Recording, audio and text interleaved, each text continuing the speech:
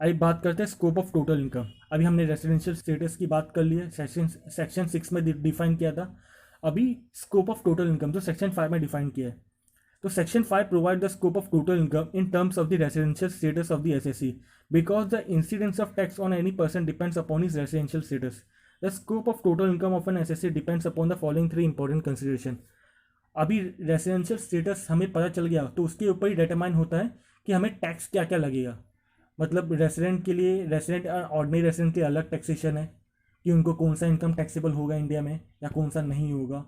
और resident, not ordinary resident और non resident के लिए अलग टैक्सेबिलिटी, मतलब कौन सा इनकम उनको टैक्सेबल होगा या नहीं होगा। तो पहले बात करते हैं रेसिडेंट एंड ऑर्डिनरी रेसिडेंट। नहीं, इसके कंडीशन इंपॉर्टेंट देख लेते हैं। The residential status of the assessee, 3 important consideration बोला है। तो पहला तो रेसिडेंशियल स्टेटस ऑफ एसएससी ये डिटरमाइन करना है।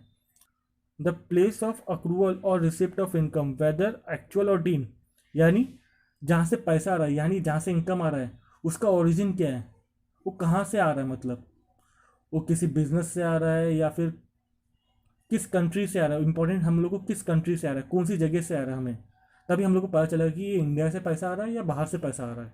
तो उसके ऊपर वैसे ही टैक्सेशन लगेगा। अभी अक्रूवल और रिसिप्ट, अक्रूवल मतलब जो हमें अभी तक मिला नहीं लेकिन अक्रू हो गया, हमें को मिलने वाला है, वो होता है। और एक्चुअल रिसिप्ट मतलब जो हमें मिल चुका है पैसा, अब उसके ऊपर टैक्सेशन की बात कर रहे हैं। और ये एक्चुअल और डीम भी हो सकता है, मतलब अक्रूवल आपको पैसा मिलने वाला है या तो मिल चुका है, ये एक्चुअल है। या डीम यानी आपको पैसा अक्रू हो चुका है और मिलने वाला है लेकिन अभी तक मिला नहीं है, डीम डीज का मतलब यही है। And the point of time eight which the income है अक्रूड और was receive by on behalf of the SSC. और वो पॉइंट ऑफ टाइम मतलब किस टाइम पर, किस ईयर में हम लोग को वो इनकम अक्रू हुआ है, मिलने को रेडी हुआ है या फिर मिल चुका है, वो इंपॉर्टेंट है। क्योंकि हर साल इनकम टैक्स रेट बदलता है, तो हम लोग को इंपॉर्टेंट डिटरमाइन करना कि ये किस साल में ओरिजिन हम लोग को आया, मतलब ये किस साल में इनकम हम लोग को डेवलप्ड हुआ है। और ये हम लोग को अगर हमारे बिहार पर किसी और ने रिसीव किया है तो किस साल में रिसीव किया है, वो इंपॉर्टेंट है। तो अभी हम लोग डिटरमाइन करते हैं रेसिडेंट एंड ऑर्डिनरी रेसिडेंट से। The total income of a resident SSC would be under section 5 subsection 1 consist of income receive or deem to receive in India during the previous year. यानी क्या है, income received या deem to be receive, यानी income मिल चुका है या मिलने वाला है इंडिया में during the previous year. Income which accrues or arises or is deemed to accrue or arises in India during the previous year। यानी इनकम, अभी जैसे कि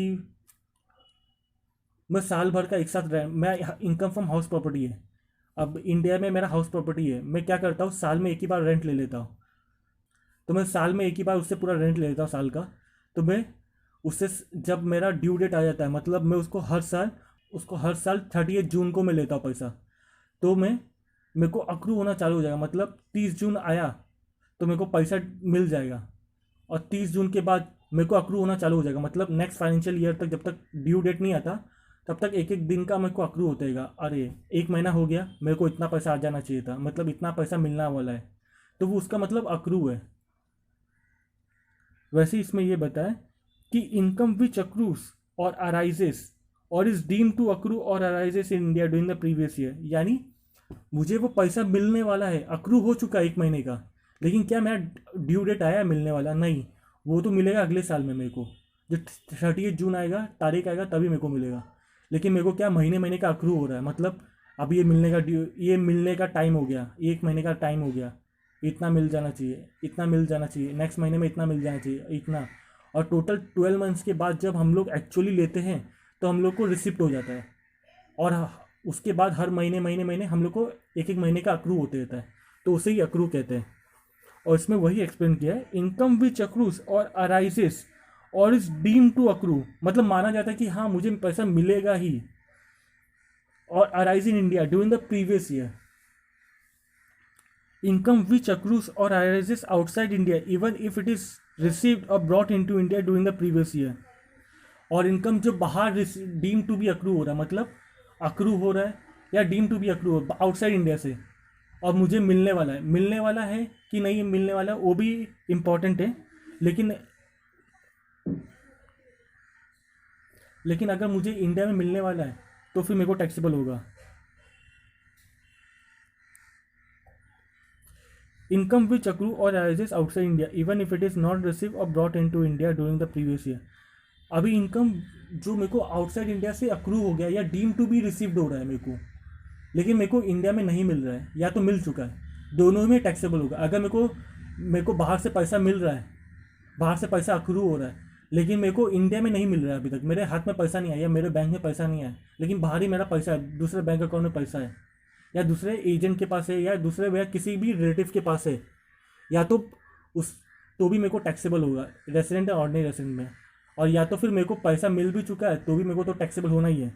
तो सिंपल टर्म्स में क्या मैं बता देता हूँ, A resident and ordinary resident has to pay tax on the total income accrued or deemed to be accrued, receive or deemed to be received in or outside India। मतलब resident and ordinary resident को global income taxable है, मतलब उसको income कहाँ से भी आए, अगर वो रेसिडेंट एंड ऑर्डिनरी रेसिडेंट है तो उसको टैक्सेबल होना ही, भले ही कहीं से भी इनकम आया, चाहे इंडिया से आया हो, चाहे बाहर यूएसए अफ्रीका कहीं से भी आया हो, भले उसको इंडिया में इनकम ना मिल रहा हो, जो बाहर से अक्रू हुआ है, जो बाहर से पैसा कमाया उसने, भले उसको इंडिया में ना मिल रहा हो, बाहर ही रखा हो, फिर भी टैक्सेबल होना ही है। तो इसलिए ग्लोबल इनकम टैक्सेबल बोलते हैं हम लोग कि इसको पैसा कहीं से भी आए, कहीं कुछ भी हो, इसको टैक्सेबल होना ही है।